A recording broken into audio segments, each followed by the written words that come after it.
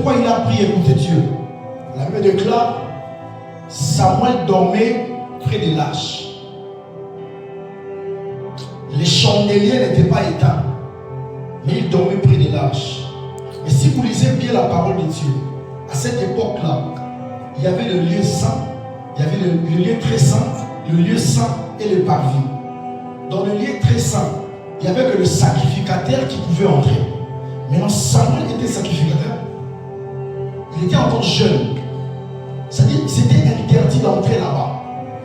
Il pouvait rester dans le parvis, dans le lieu saint, ou dans les chambres d'à côté, parce que dans le tabernacle, il y avait des chambres d'à côté, des chambres des sacrificateurs. Mais Samuel, comment est-ce qu'il dormait près des lâches? C'était un homme là où il y avait des interdits, il pouvait y aller là-bas. Là où c'était réservé pour souverain sacrificateur, un petit pouvait traverser pour aller là-bas. C'est là qu'il a appris à écouter Dieu.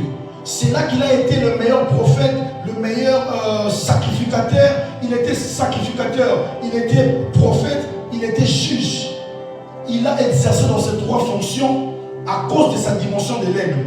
Frères et sœurs, j'aimerais dire à quelqu'un, vous n'allez pas tomber entre les mains de mauvais et de faux prophètes en cette époque, parce que nous sommes dans la saison des prophètes. La saison des apôtres, c'est avec Jésus. La saison des évangélistes est passée. Nous sommes dans la saison maintenant des prophètes. Les docteurs sont passés aussi.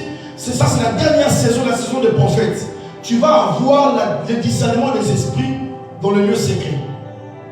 Tu vas apprendre à écouter Dieu dans le lieu secret. Je peux commencer avec des paroles de connaissance ici, mais c'est le discernement des esprits qui est en vous, qui va vous faire comprendre que ça c'est Dieu et c'est que Dieu entend de moi. Quelqu'un me dit Amen.